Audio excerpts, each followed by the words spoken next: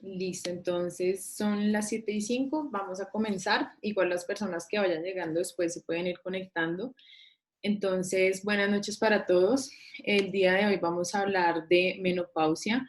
Mi nombre es Erika Paola Benítez Rodríguez, yo soy interna de 12º semestre y actualmente presidente del Grupo de Interés de Ginecología y Obstetricia. El día de hoy vamos a tratar el tema con mi compañera Gabriela Monroy, ella es estudiante de 7º semestre, miembro de Junta del Grupo de Interés. Como tutor académico nos acompaña la doctora Yolima Rodríguez, ella es ginecóloga y obstetra infanto-juvenil y tiene una maestría en menopausia, es nuestra tutora académica el día de hoy. También nos acompaña el doctor Rangel. Entonces, para comenzar, pues estas fueron algunas de las referencias bibliográficas que utilizamos. Vamos a enfocarnos bastante en la parte de la fisiopatología y los cambios que ocurren durante todo este proceso de paso de etapa fértil a etapa no fértil. Y, discúlpenme, ya. Entonces el contenido lo dividimos en dos grandes pasos. El primero, pues van a ser la fisiopatología de las manifestaciones clínicas que vamos a tener durante este periodo. Y el segundo, vamos a hablar de generalidades de terapia de reemplazo hormonal. ¿Listo? Entonces, para comenzar, vamos a empezar hablando de definiciones. Entonces, lo primero es que existen pues diferentes tipos de definiciones dependiendo del autor donde uno lea. Sin embargo, todos son bastante claros en decir que la menopausia será la ausencia de la menstruación durante más de 12 meses. Hacen bastante énfasis en que es un diagnóstico retrospectivo, que no es algo que la paciente sepa en ese momento, sino que es algo que ya una vez pasaron los 12 meses, pues nosotros podemos saber que nuestra paciente llegó a la menopausia y que ese fue su último periodo menstrual. Hacen otra aclaración dentro de esa definición y dicen que no tenga otra explicación. ¿Por qué? Porque entonces hay pacientes que de manera crónica o por alguna otra causa no van a tener ciclos menstruales. Entonces, por ejemplo, una paciente con un síndrome de ovario poliquístico va a tener anovulación, pero va a ser por otra causa. Una paciente que haya sido llevada a una histerectomía, una paciente que por su método de planificación no tenga periodos menstruales o el sangrado menstrual. Entonces, ellos hacen la aclaración que uno debería también descartar esas causas cuando se enfrenta al periodo de amenorrea.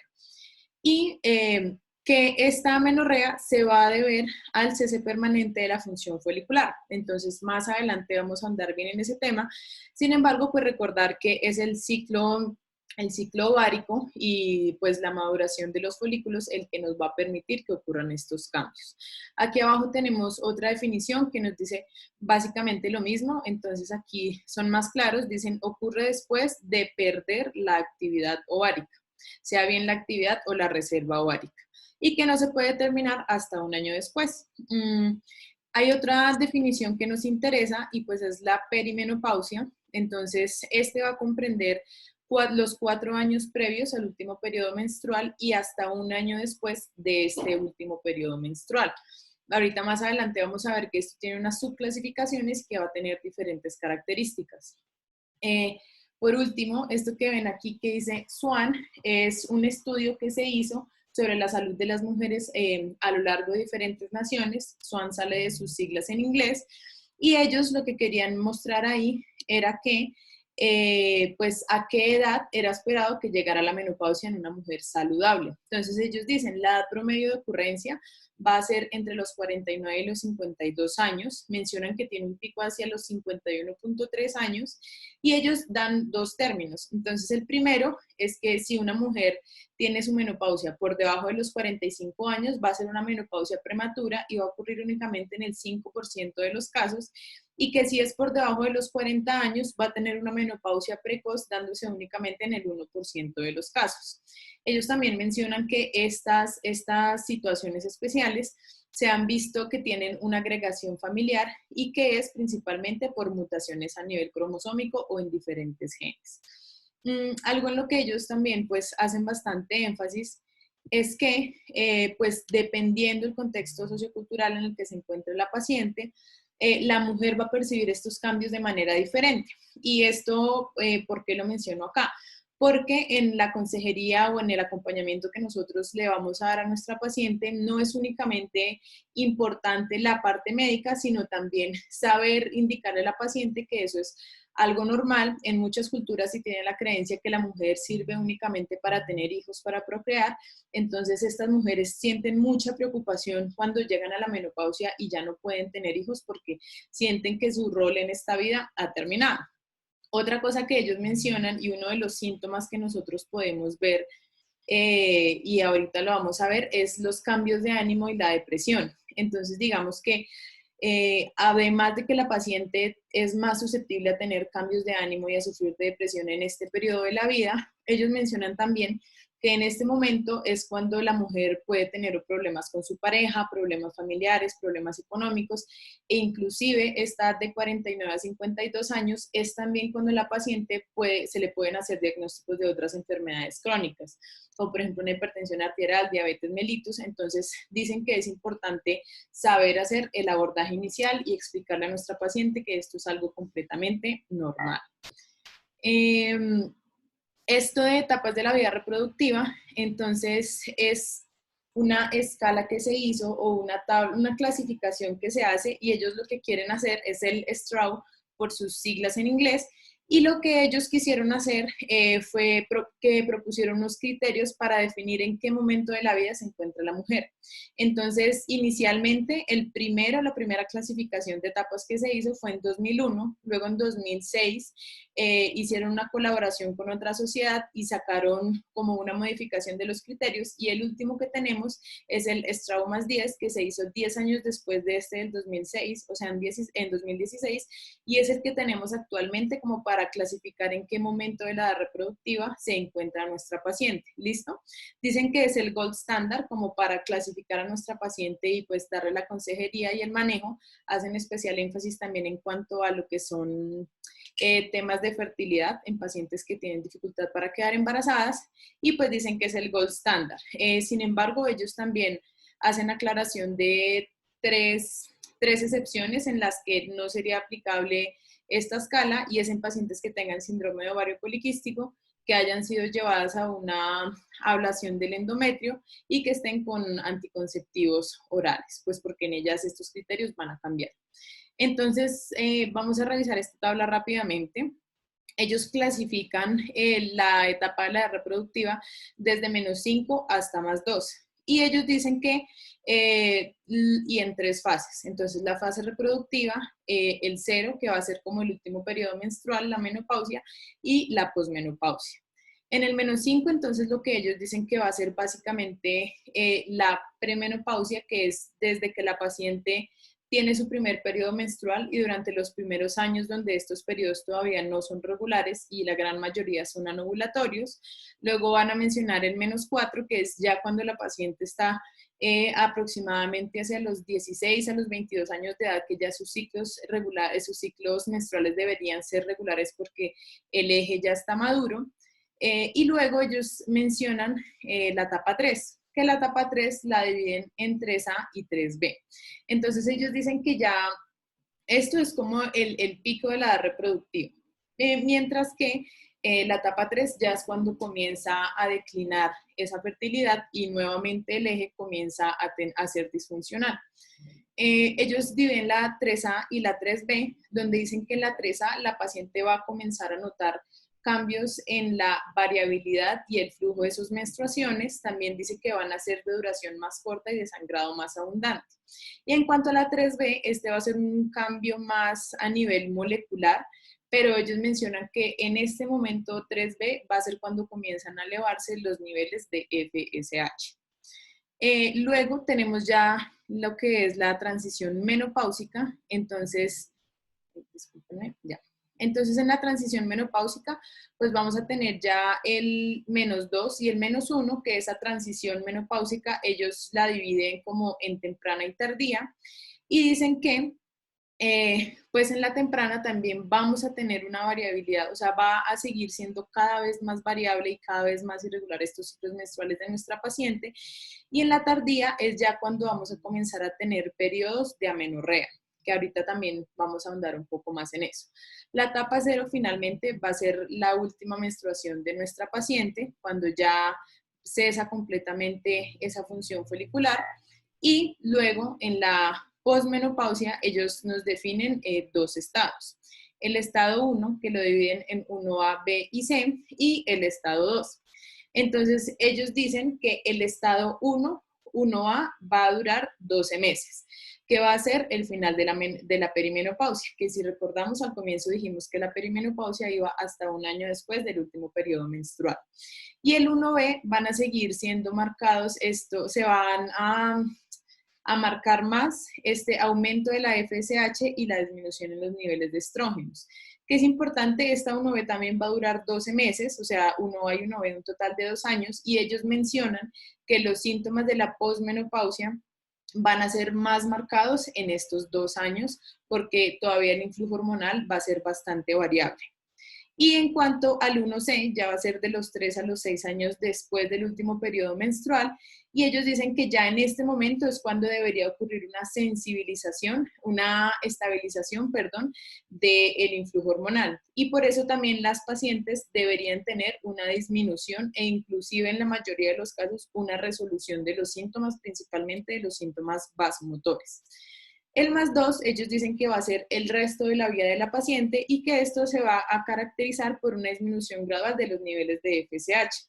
También haciendo la aclaración que pues en el +2 los niveles de estrógeno pues van a ser cada vez menores, ¿no? Entonces por eso también digamos que van a aumentar los síntomas urogenitales porque más adelante vamos a ver como el efecto que los estrógenos tienen a nivel de este sistema. Entonces, para continuar, ya hablamos del sistema de clasificación, ahora sí nos vamos a enfocar en lo que es la menopausia y la perimenopausia. Entonces, para continuar en esta transición perimenopáusica, dijimos que era el periodo antes de la última menstruación y que se va a caracterizar por una variabilidad, por una variabilidad y por una irregularidad en los ciclos menstruales que antes eran regulares. Lo dividen en transición temprana y transición tardía, que la transición temprana dicen que es principalmente caracterizada por ciclos menstruales cortos. O sea, la mujer que normalmente tenía ciclos menstruales de 30 días va a comenzar a tener ciclos menstruales de 24, 20 días y esa podría ser un motivo de consulta muy frecuente. Y la transición tardía ya va a ser todo lo contrario, entonces ya no van a ser los ciclos menstruales frecuentes, sino que van a ser cada vez más largos hasta que finalmente vamos a entrar en un periodo de amenorrea, que dice que es mayor de 60 días, o sea, 2 meses. Algo también importante es que a medida que va ocurriendo esta transición menopáusica y los ciclos se van volviendo más prolongados, también cada ciclo, o sea, cada vez el porcentaje de ciclos anovulatorios va a ser mayor. O sea, la mujer pues no va a ser fértil como si lo era antes. Y algo que me pareció interesante es que el 80% de los ciclos que duran más de 40 días van a ser anovulatorios. Esta imagen la traigo porque para continuar hablando pues, de los cambios que ocurren durante la transición menopáusica, primero pues quiero que recordemos un poquito de lo que es el ciclo ovárico normal, ¿no? Entonces aquí en esta línea azul vamos a tener lo que son los estrógenos, en la línea naranja es la LH, la línea amarilla es la FSH y la línea morada es la progesterona. Entonces digamos que en un ciclo menstrual normal de una mujer en edad reproductiva vamos a tener una fase folicular y una fase lútea. La fase folicular pues va a ser en la que se comienzan a reclutar los folículos primordiales, comienzan a madurar hasta que finalmente queda pues un único folículo que madura, que van a aumentar los niveles de estrógenos, van a superar un umbral de 200 picogramos y esto lo que va a hacer es que nos va a cambiar a nivel hipotalámico el feedback. Ese feedback va a permitir que la LH ya no esté suprimida, sino que pueda tener un pico y ese pico va a ser el que siempre antecede la ovulación. Para tener en cuenta aquí es que en la fase folicular hay niveles altos de estrógenos y en la fase lútea hay niveles altos de progesterona. Eso es lo normal. Se describe que más o menos en un periodo de 28 días, haciendo énfasis en que no todos los periodos duran 28 días, la ovulación debería ocurrir más o menos hacia el día 14. Es decir, la fase folicular dura más o menos eso, 14 días, cosa que se va a ver completamente alterada en la perimenopausia, en la transición menopáusica. Y lo último es que se ha descrito que las células de la granulosa son las encargadas de producir la inhibina B. Entonces, la inhibina B es la que se encarga que los niveles de FSH estén modulados, que no tengamos picos muy altos de FSH. Ya, ¿por qué les estoy contando todo eso? Entonces, porque cuando estamos en esta transición menopáusica, lo que va a pasar es que va a comenzar a disminuir la reserva ovárica. Al comenzar a disminuir la reserva ovárica, pues van a comenzar a disminuir los niveles de inhibina B, que al mismo tiempo lo que va a hacer es que va a favorecer que haya un aumento progresivo en los niveles de FSH. Como la FSH es la que se encarga de estimular los folículos para que estos maduren y crezcan y luego sean ovulados, como vamos a tener niveles más altos, van a ocurrir varias cosas. Entonces, lo primero es que vamos a tener una fase folicular más corta y esto se traduce en que en muchas ocasiones se van a ovular ovocitos inmaduros y por eso muchas veces pues no va a ser posible que sean fecundados. Entonces tenemos la liberación de ovocitos inmaduros, vamos a tener el aumento en los niveles de estradiol y algo importante en estos niveles de estradiol es que van a ser impredecibles, o sea, ellos mencionan que vamos a tener picos de estradiol y luego caídas muy abruptas, que también se van a ver relacionadas con los síntomas de la perimenopausia.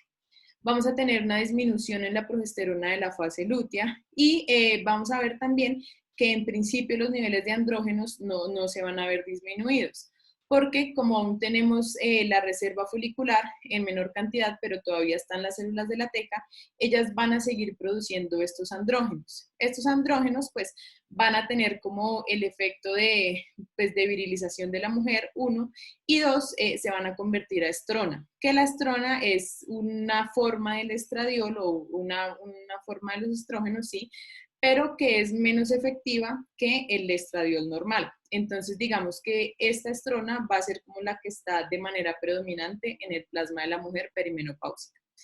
Y por último, este periodo de transición perimenopáusica se caracteriza también por una disminución muy rápida en la reserva de folículos y hasta que llega más o menos hasta un nivel de menos de 100 folículos y ya hasta 0 folículos. Ay, no, discúlpenme un momento, que no carga la imagen.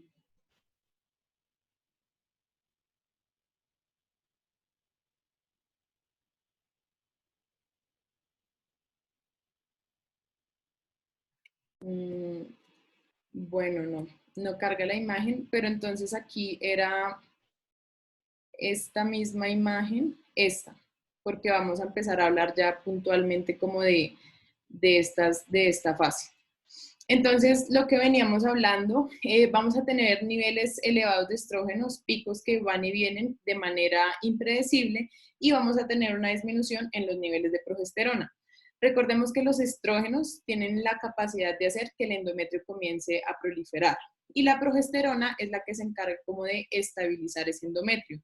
Entonces, por eso también ellos dicen que puede haber una hiperplasia endometrial, que este periodo puede estar acompañado de sangrados intermenstruales por la hiperplasia y también por la disminución en la estabilidad del endometrio. La fase folicular corta que mencionábamos ahorita por el aumento en los niveles de FSH va a favorecer que haya un fenómeno de loop, lo describen así, y es básicamente que comienza a haber a sobrelaparse diferentes ciclos, porque por los niveles tan altos de FSH, a pesar de que el ciclo no ha terminado, comienza a madurarse otra cepa de ovocitos. Entonces comienza a existir este fenómeno del loop, que es como la sobreposición de maduración de un folículo sobre otro. En cuanto a la presentación clínica, entonces vamos a tener pues 4 como síntomas cardinales. El primero pues va a ser la infertilidad por los ciclos anovulatorios, la irregularidad de los ciclos menstruales que antes eran regulares, la menorragia que va a estar explicada por los cambios que hay a nivel de endometrio y los trastornos del estado de ánimo que también mencionamos que es algo bastante frecuente. Ellos dicen que esta etapa de la perimenopausia lo describen como una montaña rusa hormonal o como un caos hormonal porque los niveles van a ser muy variables. Por el mismo fenómeno del loop, los niveles de hormonas van a estar variando todo el tiempo, vamos a tener picos y caídas muy abruptas de los niveles hormonales. Y ellos mencionan que para el manejo de estos síntomas va a ser mucho más difícil manejarlos en la parte de la perimenopausia, que es cuando está todo este caos hormonal, que en la menopausia, porque en la menopausia pues ya van a comenzar a estabilizarse los niveles hormonales y va a ser más fácil de esta manera pues controlarlo así.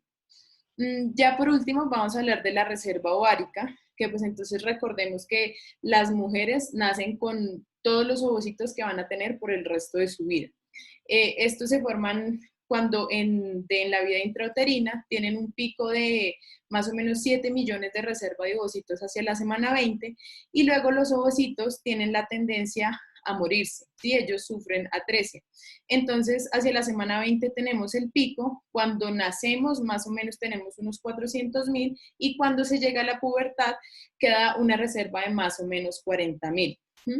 Entonces, esta hormona antimülleriana va a estar sintetizada por las células de la granulosa y por eso se ha visto, y últimamente pues en lo que revisé, la describen bastante para estimar la reserva ovárica. Entonces ellos dicen que desde que uno nace, e inclusive, sí, desde el momento del nacimiento, inclusive antes de la pubertad, como estos ovocitos tienden a sufrir atresia y a morir, los niveles de hormona antimülleriana van en descenso a lo largo de la vida de la mujer, hasta que llega un punto en el que ya son indetectables porque la reserva ovárica es mínima o inexistente. Entonces, lo que me pareció chévere es como el valor predictivo que ellos mencionan. Ay, me acaban de escribir que no pasan las diapositivas. No sé desde cuándo no pasaron. Las dos anteriores no se vieron, pero esta ya sí se ve. Esta sí, ¿sí? Esta sí. Señora. Sí. Listo, gracias, doctora. Entonces aquí yo les estaba hablando de la hormona antimülleriana. Esta imagen era para que vieran el pico de la reserva de ovocitos que hay hacia la semana 20, pues que luego esto tiende a descender hasta que se acaba la reserva completamente. Bueno, continuando con esto, entonces la hormona antimülleriana me pareció interesante que ellos dicen que tiene la capacidad de hacer que, perdón, permitirlo a uno estimar cuántos ovocitos quedan.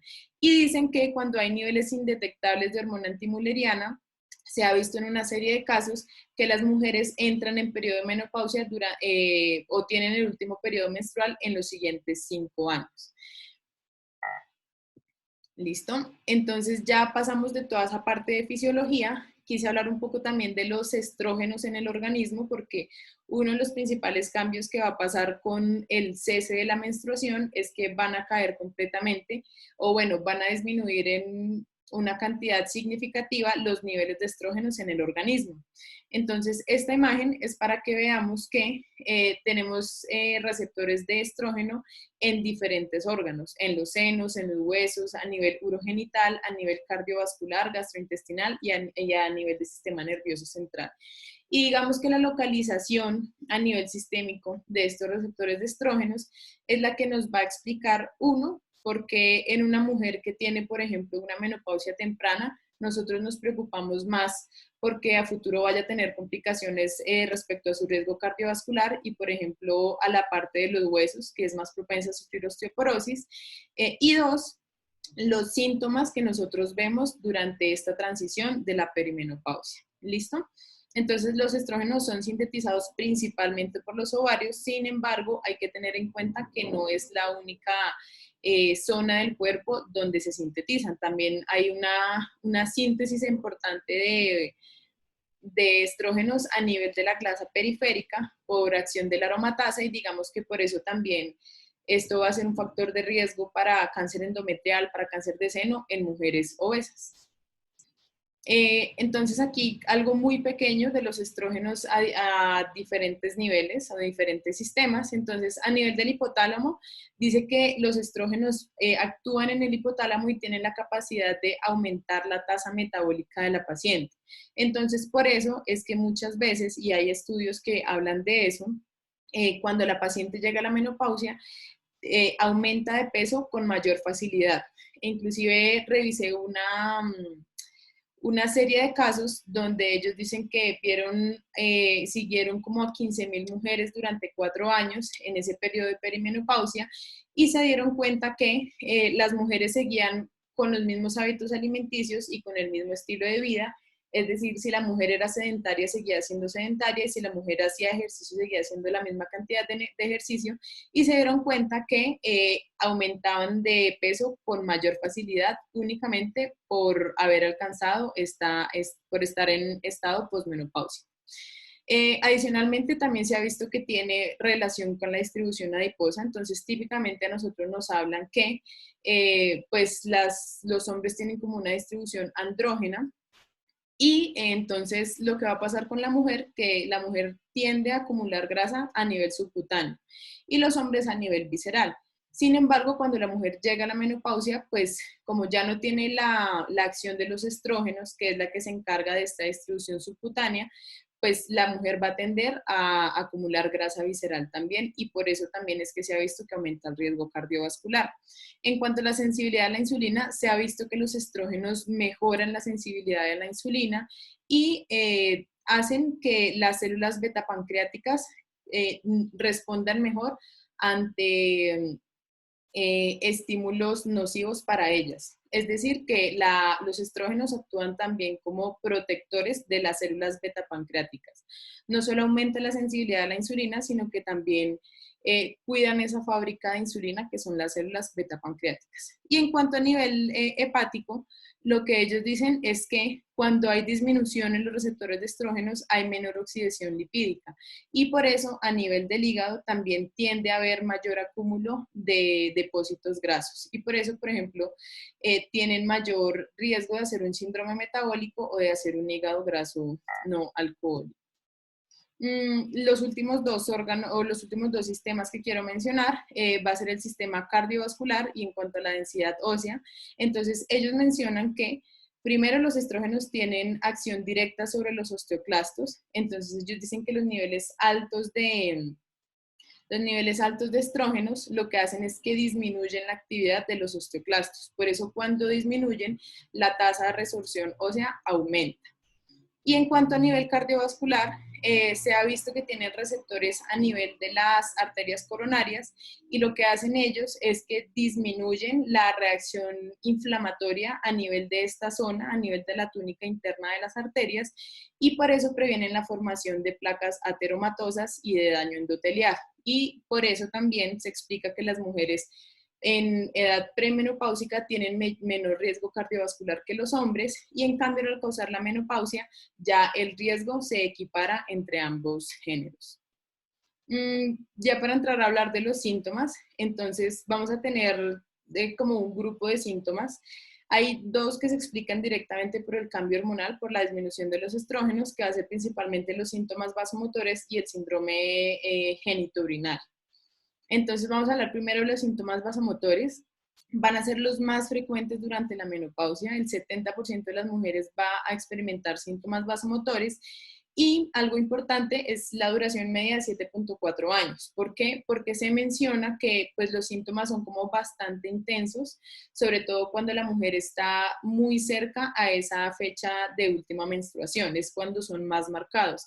Sin embargo, se ha descrito que a medida que pasan los años y la mujer avanza en su periodo posmenopáusico y las hormonas tienden a regularse, estos síntomas tienden a disminuir o inclusive a desaparecer en más del 90% de las mujeres. Dicen que no se conoce puntualmente el mecanismo fisiopatológico por el cual ocurren. Sin embargo, lo que ellos mencionan es que va a ser sobre todo por estos niveles de estradiol que son tan impredecibles. Entonces, que tenemos un pico de estradiol y luego disminuye. Dice que esto va a causar una respuesta abrupta a nivel del hipotálamo. Este va a causar que haya una disipación de calor y un aumento en la temperatura periférica, que eso nos va a explicar pues los calores que refiere la paciente. También se ha descrito que puede haber diaforesis, y otras causas u otras manifestaciones de los síntomas vasomotores dicen que es la disrupción del sueño, que entonces cuando la mujer también no puede tener un sueño adecuado, se ha visto que es más propensa a tener depresión y cambios en el estado de ánimo y un aumento en el riesgo cardiovascular. Entonces, cosas grandes aquí de los síntomas vasomotores: sofocamiento y sudor nocturno puede ocurrir durante la noche y durante el día.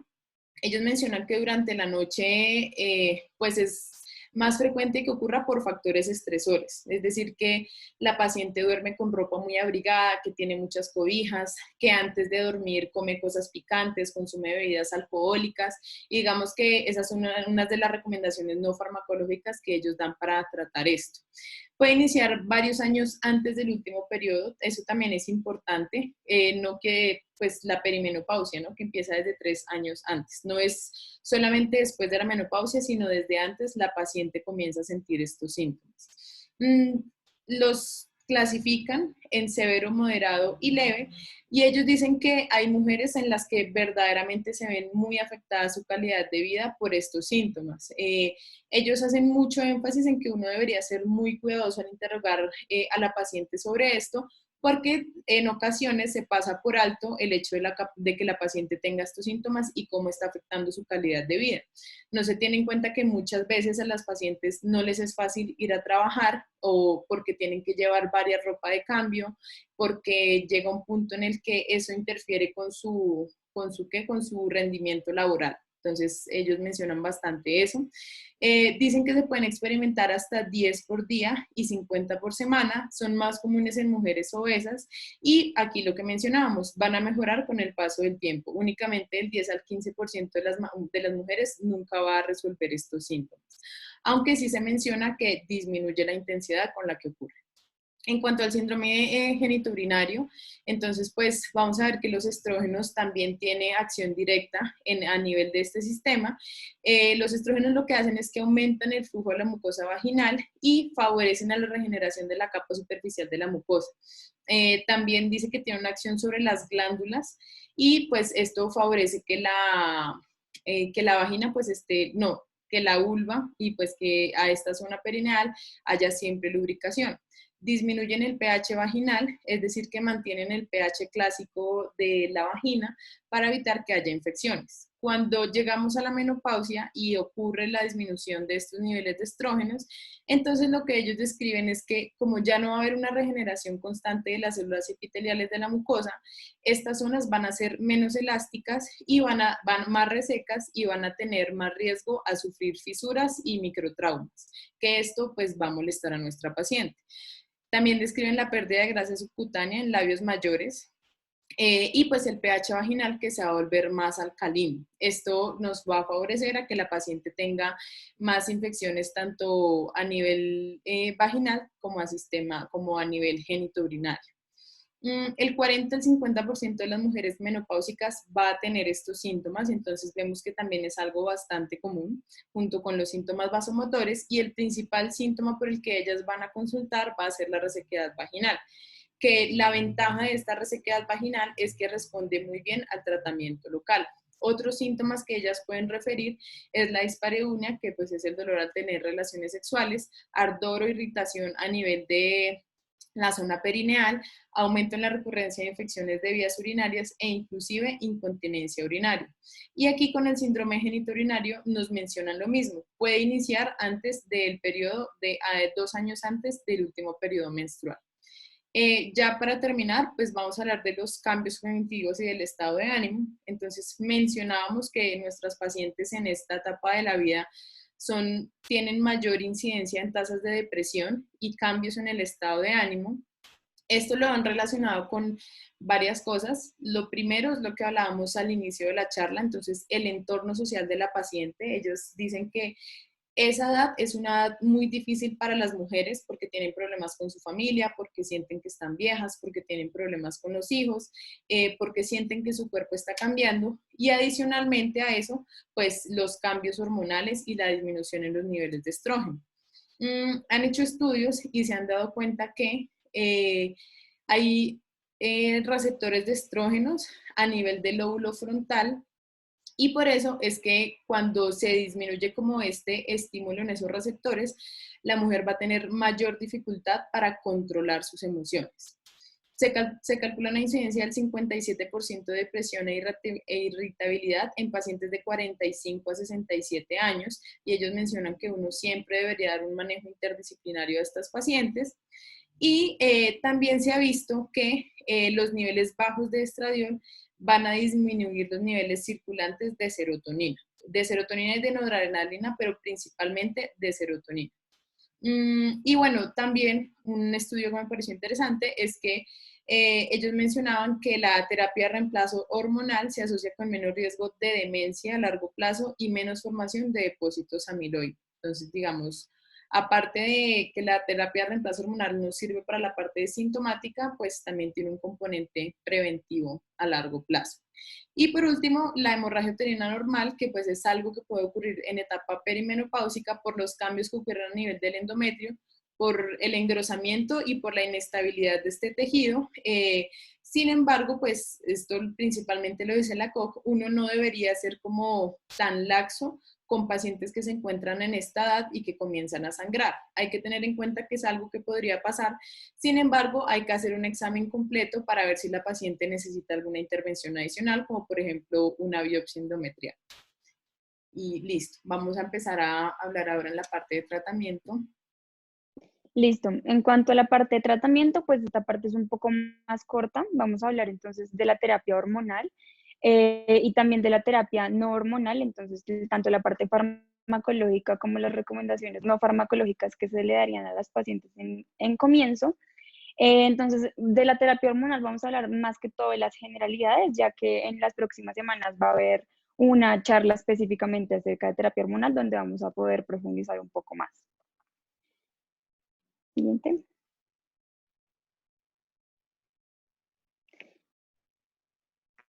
Listo. En cuanto a la terapia hormonal, entonces esta va a ser la intervención más efectiva que tenemos para tratar específicamente los síntomas de la menopausia. Vamos a hablar generalidades, entonces unos puntos claves donde vamos a buscar siempre, o sea, el objetivo va a ser siempre maximizar el beneficio y minimizar el riesgo o las comorbilidades que le podamos generar a nuestra paciente. También muy importante la individualización del tratamiento, como pues ya hemos visto, el tema de la menopausia no es un tema fácil para todas las mujeres, por ende es muy importante no conocer solamente la parte como de los antecedentes patológicos y los antecedentes familiares de la paciente, sino también el entorno sociocultural en el que se está desarrollando, cuáles son sus mayores como debilidades en cuanto que le está generando pues la menopausia en su día a día y cómo esto le está afectando en su calidad de vida. Entonces es muy importante individualizar el tratamiento para que pues podamos dar los mayores beneficios de la terapia hormonal. Otro punto clave es que la edad y el tiempo que transcurre desde la menopausia nos van a afectar ese equilibrio que queremos entre la maximización del beneficio y la minimización del riesgo. Por ende, entonces es importante pues tratar de utilizar la terapia hormonal lo más pronto posible desde que empieza la menopausia. Y en el menor tiempo posible, es decir, exponer a la paciente al tiempo necesario y al tiempo que en realidad lo requiera y no más de lo que debería. Ya que pues ahí nos llevaría al principal riesgo de la terapia hormonal, que es cuando hablamos del uso prolongado de este, ya que pues nos puede aumentar riesgos de enfermedades cardiovasculares o de presentar osteoporosis principalmente. Se debe hacer entonces también una reevaluación tanto de las dosis como del método de administración de la terapia hormonal periódicamente, esto quiere decir entre 6 a 12 meses máximo. Esto con el objetivo de buscar siempre el mayor beneficio de la paciente y de exponerla lo menos posible. Y muy importante pues saber las contraindicaciones absolutas desde ya, que van a hacer pues que la paciente tenga un sangrado vaginal anormal ya diagnosticado, que la paciente tenga sospecha o antecedentes o pues que tenga cáncer de mama o neoplasias dependientes de estrógenos, que tenga una trombosis venosa profunda activa o alguna enfermedad tromboembolítica arterial, como que tenga antecedentes cerebrovascular, infarto de miocardio, y también que cuente o que tenga disfunción o enfermedad hepática. Siguiente. Listo, acá también les vamos a contar algunas de las recomendaciones que nos da la Sociedad Norteamericana de la Menopausia, que sus siglas son NAMS. Entonces, ellos nos dicen que se recomienda principalmente comenzar con una dosis moderada y hacer titulaciones a necesidad para lograr pues la reducción de estos síntomas molestos vasomotores de la menopausia. También se ha visto que el estradiol transdérmico nos presenta pues una disminución del riesgo de tromboembolismo venoso. Por eso entonces es considerado como la terapia estrogénica de primera línea. También el uso de los progestágenos que están indicados específicamente pues, para la protección a nivel endometrial, ya que nos ayuda a reducir estos niveles de los estrógenos y nos protege, digámoslo así, para que no se dé la hiperplasia endometrial o el cáncer de endometrio. Y los regímenes que pues ya más adelante les vamos a dar a profundidad, pero usualmente se usan regímenes cíclicos, es decir, que se usan de 10 a 14 días al mes, en vez de que la paciente esté teniendo pues este uso de hormonas durante todo el mes. También recomiendan que el uso de los dispositivos intrauterinos de progestina han demostrado una reducción drástica en cuanto a los días de sangrados a largo tiempo de las pacientes. Entonces, en pacientes aptas sería una muy buena opción de manejo, ya que nos disminuye ese sangrado menstrual que pues presentan algunas de las pacientes.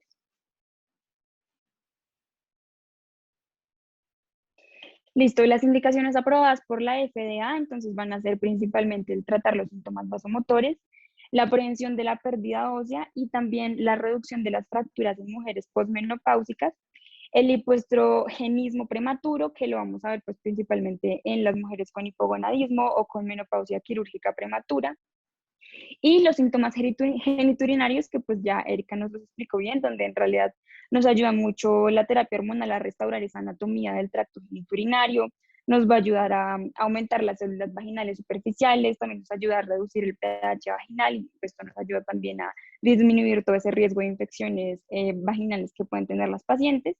Y nos ayuda a tratar también los síntomas de la atrofia vulvovaginal que se puede presentar también a esta edad. Listo, entonces principalmente vamos a hablar de los estrógenos.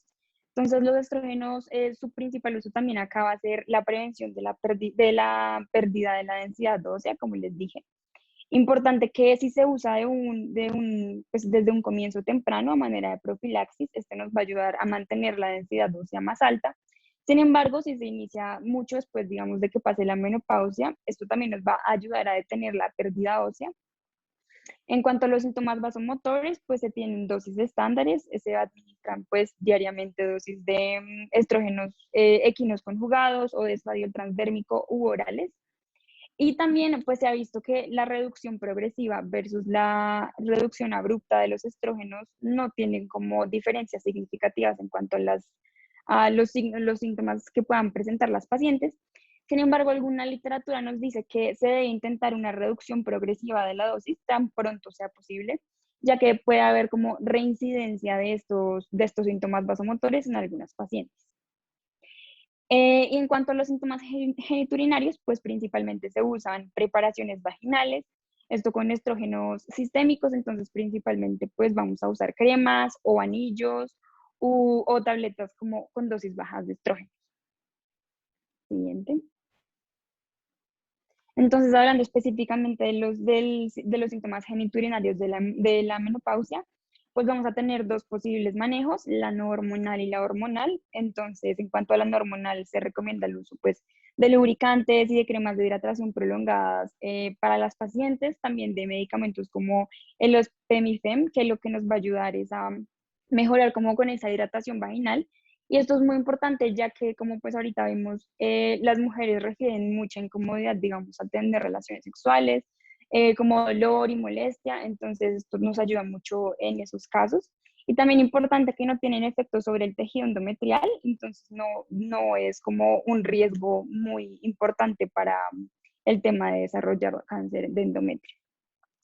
En cuanto a los estrógenos, entonces pues se puede usar en distintas presentaciones como cremas que nos pueden ayudar con los síntomas internos vaginales y las alteraciones vulvares. Se pueden usar supositorios u óvulos que pues inicialmente se van a usar 2 veces al día por las primeras semanas y ya después se van a usar 2 veces a la semana.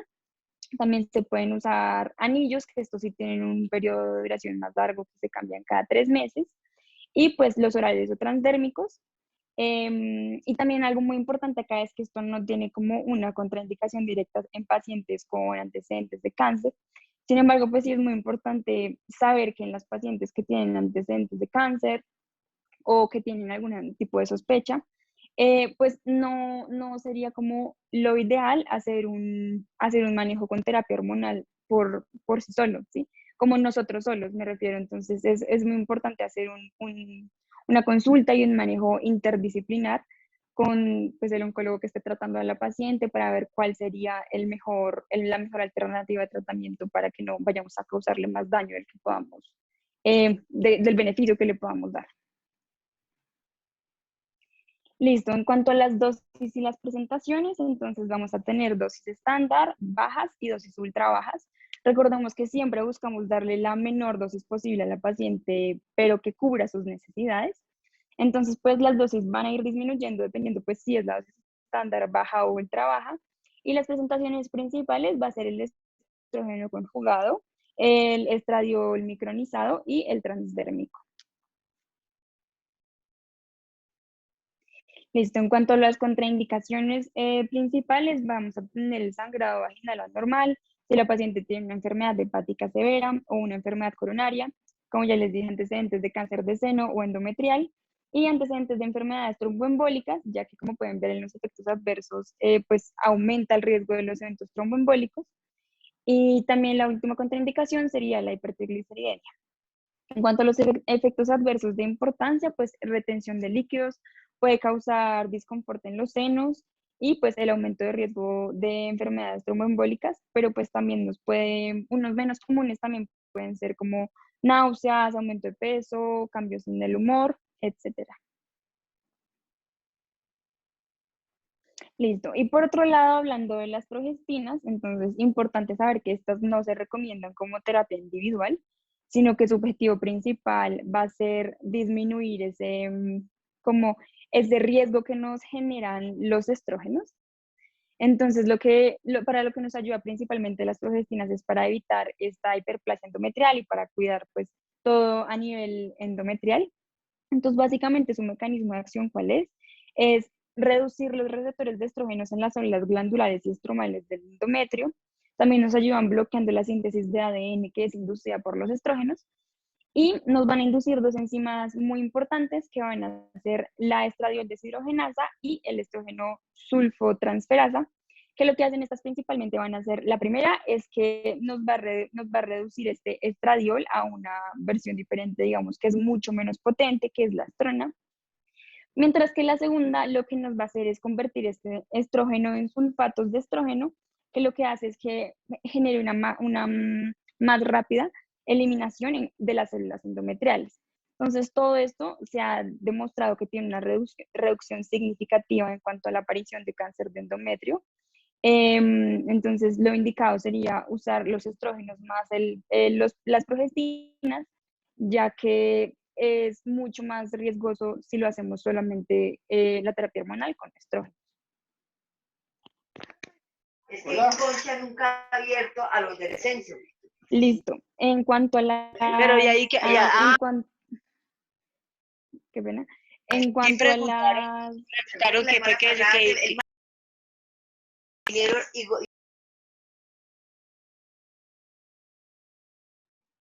¿Ya? Bueno, en cuanto a las dosis, entonces vamos a tener dos tipos de regímenes, como les había dicho anteriormente, tanto los regímenes diarios como los cíclicos. Sin embargo, los cíclicos se ha visto que tienen un mayor riesgo de sangrado inesperado. Entonces, por ejemplo, en medicamentos como el acetato de medroxiprogesterona, la indicación principal es que se usen 5 miligramos durante 12 a 14 días cada mes. Sin embargo, si se llegan a presentar estos riesgos de sangrado, este sangrado inesperado, perdón, una alternativa para prescribirlo es una dosis un poco más baja, que es de 2,5 miligramos, pero de una forma continua. Entonces, digamos que acá, pues, otra vez reitero el tema de la individualización de cada paciente para ver cuál sería más apta para ella y de las titulaciones como de los controles que se deben hacer cada 6 meses para ver si en realidad sí está teniendo o no y si requiere ajuste de dosis. En cuanto a las presentaciones, pues tenemos distintas. Tenemos el acetato de medroxiprogesterona, la norepindraona, la drosperidona y los dispositivos intrauterinos de levonorgestrel. Listo, en cuanto a los efectos adversos, pues vamos a tener distensión en los senos, cambios del estado de ánimo y en algunas ocasiones cefalea. Y muy importante como riesgo adicional, que hay una mayor tendencia de que se pueda desarrollar un cáncer de mama. Sin embargo, pues esto es algo que aún está todavía en estudios. Siguiente. Y ya para finalizar, pues hablando del tratamiento no hormonal, entonces tenemos tanto el farmacológico como no el farmacológico. Entonces, en cuanto al no farmacológico, ya es como ciertas recomendaciones que le vamos a dar a nuestras pacientes, como por ejemplo mantener las habitaciones donde están frías o frescas, utilizar más frías, tener ropa de cambio a la mano, en caso pues de las sudoraciones excesivas o que haya sangrado. También evitar situaciones o hábitos que vayan a favorecer el sofocamiento, como bebidas calientes o el consumo de comidas picantes a regularidad.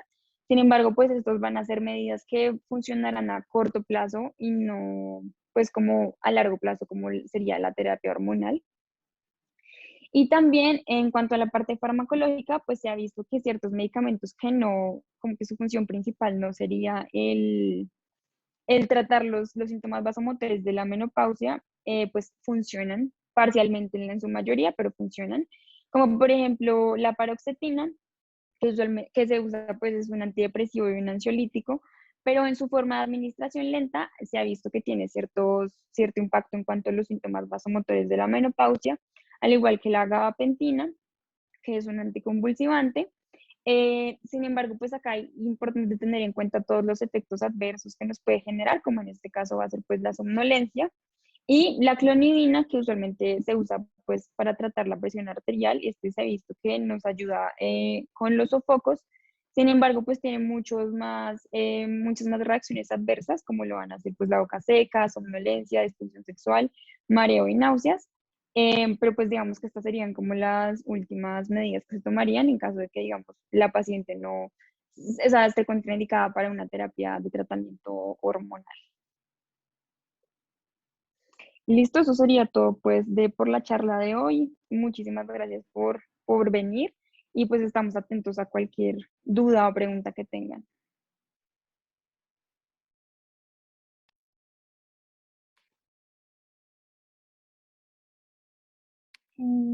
Yo quería hacer 3 comentarios, mientras si acaso nos llegan preguntas. Era como puntualizar 2 cositas, aunque sí sé como principios grandes, generales, aunque yo sé que va a haber una charla de tratamiento. Pero, por ejemplo, primero las felicito, la revisión me pareció clara y completa. Erika nos habló, por ejemplo, de los niveles hormonales, cómo se comportan y que oscilan. Entonces, eso lleva a que de pronto uno no opte por pedir FSH y estradiol en una paciente en una edad esperada para menopausia, porque a veces un mes puede que me salga un poquito alta y yo no le puedo decir a la señora, si es que en 6 meses le va a llegar la menopausia o en un año, porque de pronto se lo mido en 2 meses y le sale normal. Y digo, ay, no señora, perdone, me equivoqué. Quizá todavía no le va a llegar la menopausia.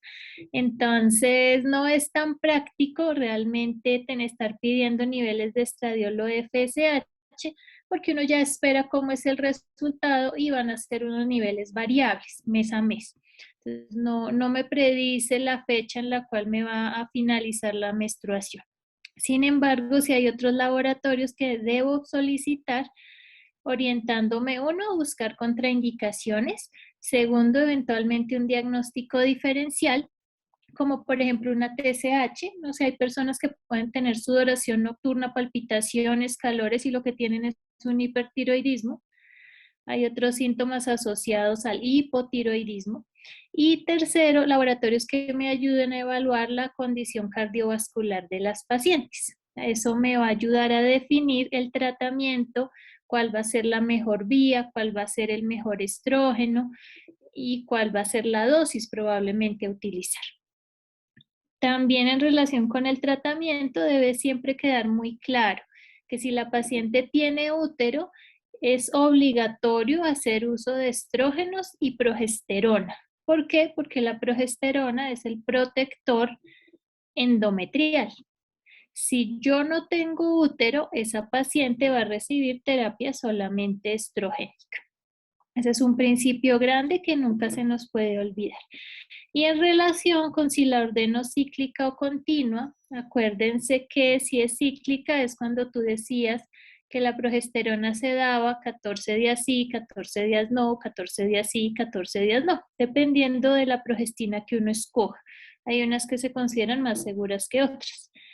Pero cuando hago esto, cuando la paciente desea seguir sangrando, de pronto está en los primeros meses, en los primeros meses de amenorrea, o yo puedo empezar la terapia para el síndrome climatérico, no solamente los síntomas vasomotores, sino cualquier tipo de síntomas. Entonces yo la puedo empezar desde la perimenopausia. Como esa señora todavía está menstruando, pues yo la puedo seguir dando de forma cíclica. Ya cuando la señora no desea menstruar más o ya lleva más de un año en amenorrea, pues lo usual es que uno le dé una terapia de forma continua. Es decir, no suspendo ni el estrógeno ni la progestina el resto, ningún día del mes. Digamos como principios grandes, ya para aplicarlos en la siguiente charla que van a ser encaminada al tratamiento. Siempre evaluar, como tú dijiste, minimizar los riesgos y tratar de maximizar los beneficios, y basados en las indicaciones o las contraindicaciones es cuando el médico escoge si va a dar una terapia hormonal o no hormonal. Digamos así como puntualizando las generalidades. No sé si los asistentes o ustedes tengan alguna pregunta. Yo tengo una pregunta, doctora. Digamos, en la práctica clínica, ¿qué tan frecuente es que uno mida la hormona antimuleriana? Porque, digamos, bueno, en lo que revisé, ponían los casos clínicos y decían a una paciente de no sé cuántos años se le solicitó hormona antimuleriana y salió el valor por debajo de tanto. Ella está preocupada porque no sabe si está próxima a tener su menopausia. Pero entonces, digamos, yo no he visto que así de manera rutinaria hagan toma de esas hormonas. Realmente la antimioleriana no se solicita para evaluar como cuándo me va a llegar la menopausia, sino se usa en términos de fertilidad para evaluar la reserva ovárica.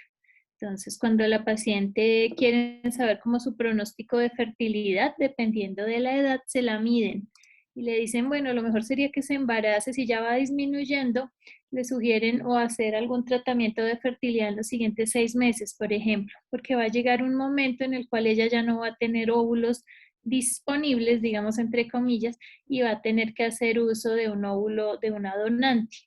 Entonces, para menopausia no se usa, uno nunca la solicita. Así como decía que, por ejemplo, la FSH que nos pudiera orientar más tampoco sería muy útil.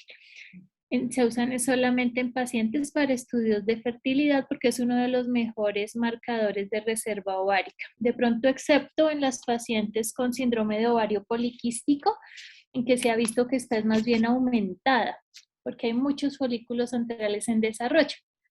Entonces en esa no predice tanto la respuesta ovárica y algunos la proponen como marcador de síndrome de ovario poliquístico.